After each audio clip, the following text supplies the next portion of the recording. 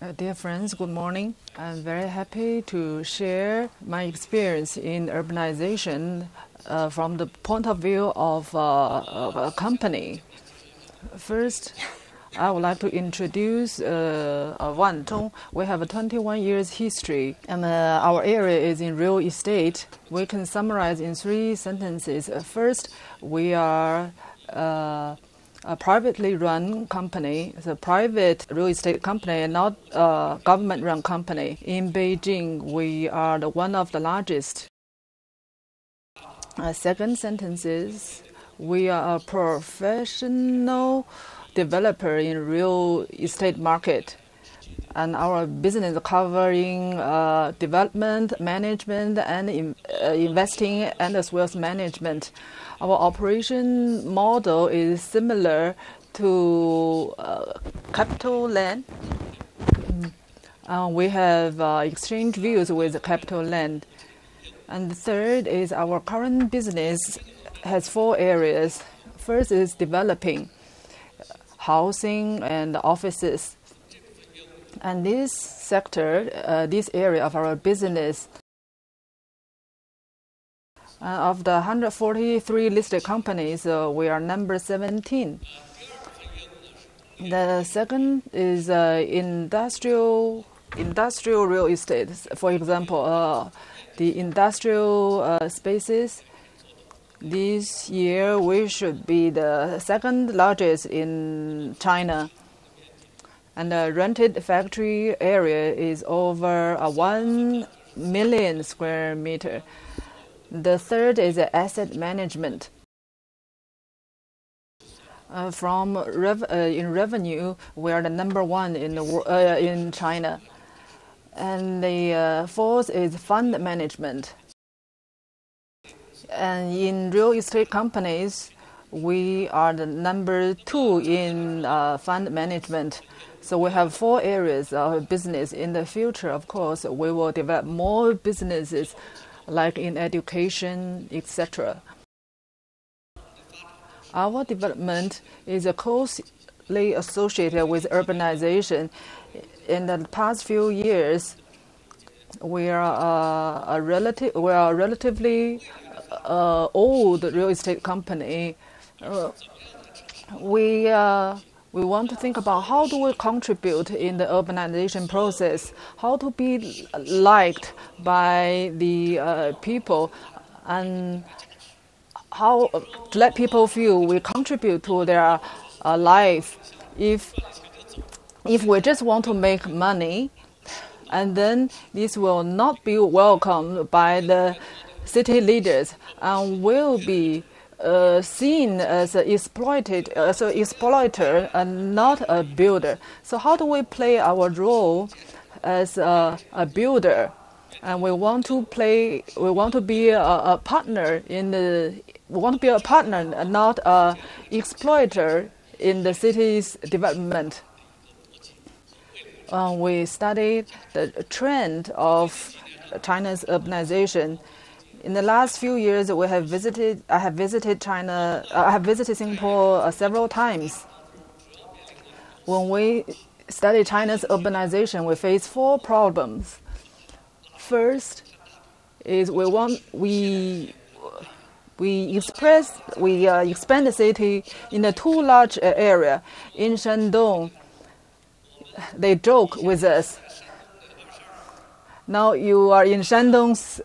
We're saying you are in Shandong's the 22nd ring. You can say if Beijing can continuously expand, and Shandong eventually will become a ring road, become a ring of Beijing. Our company has offices in the east and the west. So every day we will spend 3.5 hours just to go from the west side office to the east side office.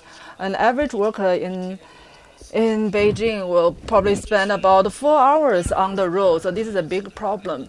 The second problem is brought about by the waste of resources, the carbon emission, pollution. So Beijing always been criticized for its environment, air quality. The third is equal urbanization with real estate development. We neglected other areas.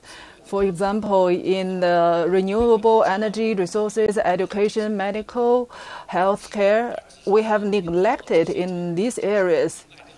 When we build a new city, we just want to build more houses. So we need to emphasize the holistic development of a city. The fourth, and is most criticized in China, is the cost keep rising. These cities are too expensive to live in, and people cannot even afford the development of the next generation development. We have discussed with Singapore counterpart.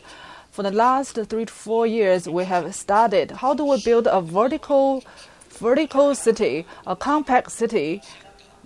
Say we learn from Hong Kong, Tokyo, the experience, and how do we form intense city, high quality and sustainable city. We call this a vertical city. After 3 years of study, we have formed this model, a prototype. So in one square kilometer area, we want to build up this area. So this scale in Beijing, for example, Wangjing takes about 17 square kilometer. It takes 20 years to develop. Now it's about 8 million square meter built up area. By doing this, we can save a lot of land resources and also can build it up very fast. We also want to build a healthcare industry. Recently, we have a lot of exchanges with Singapore to learn Singapore's experience in healthcare, how to bring the healthcare into the vertical city development. And locally, we have received many support from the government because this is a good model to use the land wisely and economically. Next, we will be do the same thing in Xi'an and Wenzhou. In Singapore, we have been doing this study for a while. Every year, we have a design competition, a worldwide design competition. And soon we'll have a second design competition. I welcome everybody to come to the competition. I wish to learn from Singapore's experience in managing high intensity cities. So our companies can create a long-term value for the urbanization process, and our development can be sustainable. Thank you.